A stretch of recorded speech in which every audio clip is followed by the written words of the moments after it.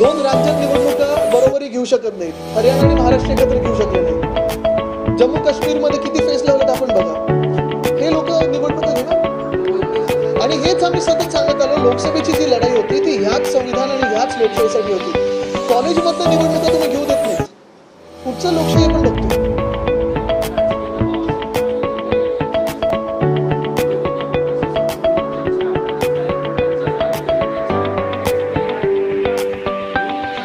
घेऊ शकत होते आणि शकायलाच पाहिजे होते. हे रोखू शकत नव्हते. कोर्टाचा अवमान आहे. आज आपण पाहतो इथे तर त्यांनी नमूद केलेलं आहे की शासनाकडून पुढील आदेशापर्यंत ही निवडणूक स्थगित केलेली आहे. का आदेश घेता तुम्ही असे जे निवडणूक स्थगित करण्याचे आदेश? काही घडलंय का? कुठे अतिरेकी हल्ला झालाय का? काही तयारी होती तुमची? सगळी तर तयारी झाली होती. बरं तुम्ही 1.5 लाख जे मतदार होते ते कमी करत करत करत 2दा OTPचं तुम्ही रजिस्ट्रेशन केलेलं आहे.